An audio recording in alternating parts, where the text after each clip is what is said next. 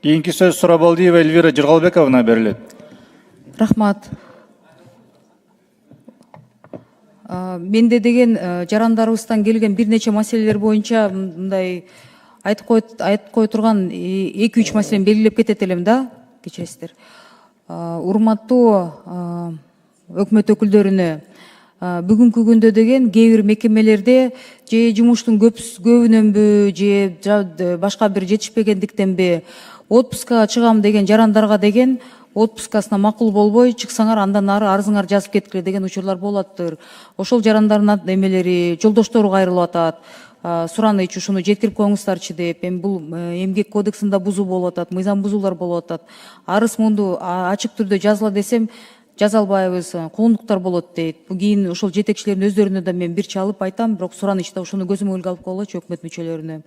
Андан тышкары деген аябай көп арыздар Россияда камалып жаткан жарандарды экстрадиция боюнча Кыргызстанга алып келүү деп. Бул кайрылууларда деген, мисалы менин дарегиме деген биздин жарандардан Россиянын Сахалин областында 278 беренеси менен негизсиз кармалып СИЗОдо отурган Замирбек уулу Кымбатбектин 1993 жылкы ата-энеси ошол Бабакулова Гүлшайыр кайрылып атат да. Ушул Сураныч, Сахалистый Короз калган неберелеримди тезинен мекенге кайтарууга көмөктөшүңүздөр деп.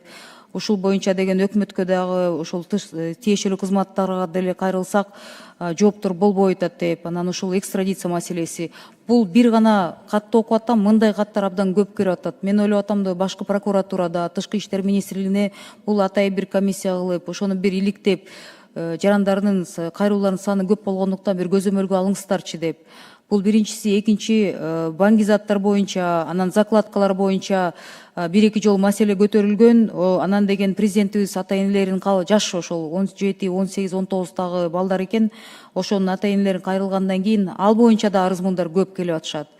Андан тышкары деген жанакы айтылып кеткен мыйзамсыз же мыйзамдуу азыр элдин башы айланып атат, тартып алышкан УКМК тарабынан мүлктөр боюнча так ачык позицияны же УКМК өзү же администрация президента ошол айтып койсоңуздар, келген каттардын баары эле жөнөтүлүп атат, бирок деген УКМКдан анан башкы прокуратурадан жооптору мындай так түшүнүктүү эмес, каралып жатат деп. Менин дарегиме да келген каттарды жөнөтсөм ошондой болуп атат да.